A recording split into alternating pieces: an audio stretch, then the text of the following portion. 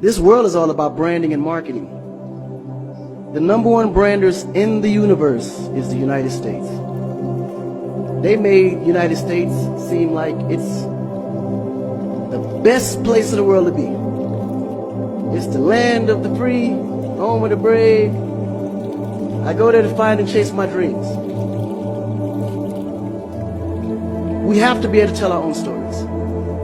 Directors, filmmakers, entertainers, it's going to be clearly, and the press is going to be your job to redefine how people think about Africa.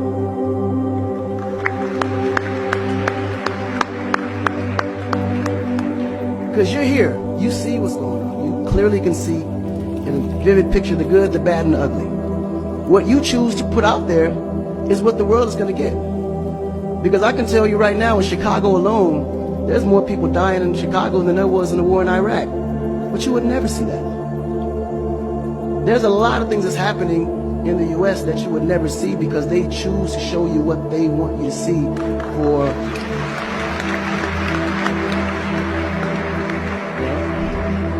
It's about country integrity. You have a certain reputation you have to keep.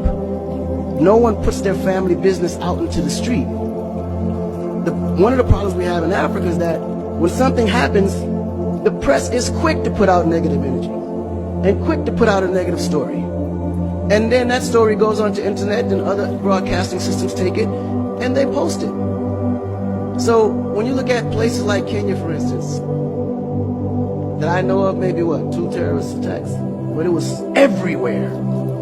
So now people was afraid to go to Kenya because somebody shot up the mall. But then when you look online, there was over 25,000 attacks in the US, but you only knew about maybe 5 or 6. So we have to really rebrand. And then when you look at how the world perceives Africa, they're right. You know, you see zebras, lions, tigers, bears. Oh my. You get to the point where you think Africa's just a big jungle. The images that they're showing of Africa is historical images. This is way before civilization. This is when they were still, battling with spears, like times of Shaka Zulu. No, I'm serious. But then when you look at the US, they're showing Superman, Batman,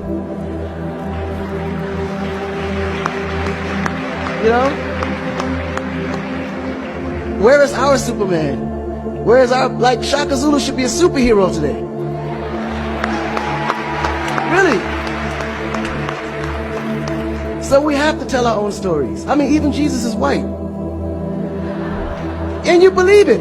But it's okay because how you were framed, if you taught something from the day you were born, and your mother taught you that, your father taught you that, it's real.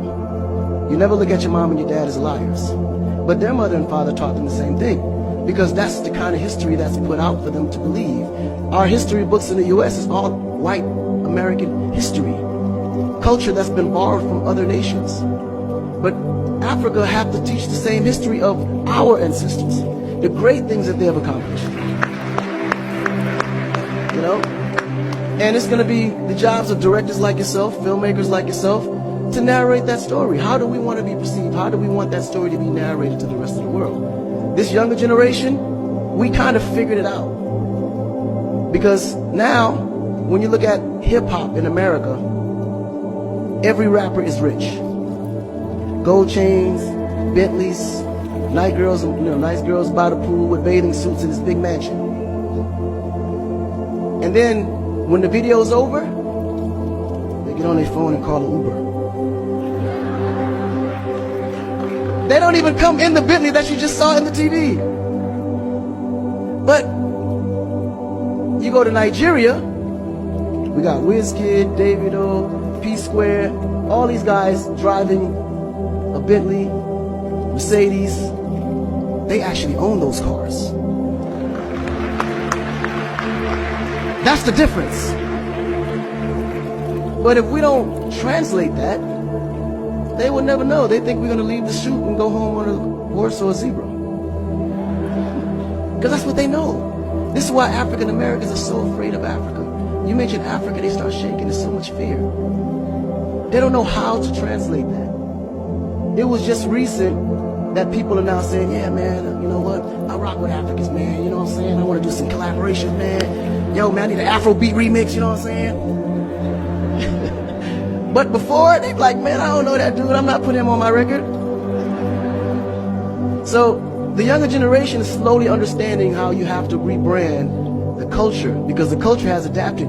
They've actually took everything that we've created and made it look better. They made a superstar look like a superstar. When I look on TV and I see our biggest entertainers, they don't look like stars. That's why you can't really respect the entertainer.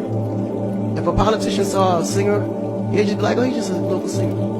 But if he go to that local singer's performance, he may sell out the stadium because he has a huge influence, but the image is not there. So we have to take the image as a huge accountability for ourselves and realize that Africa really does have a reputation. But if we allow our stories to be told, our stories will be told according to their agenda on what they need to be able to benefit from Africa. So we have to tell our story so we can be able to understand how we can utilize that story to benefit for our agenda. You know? So in closing, this job is for the entertainers, the filmmakers, the reporters, and anyone that creates content. We have to rebrand. And we have to rebrand it in the way that we see it and tell the story to where they can understand it, feel comfortable, and want to come here and invest. Right? To add to what Akon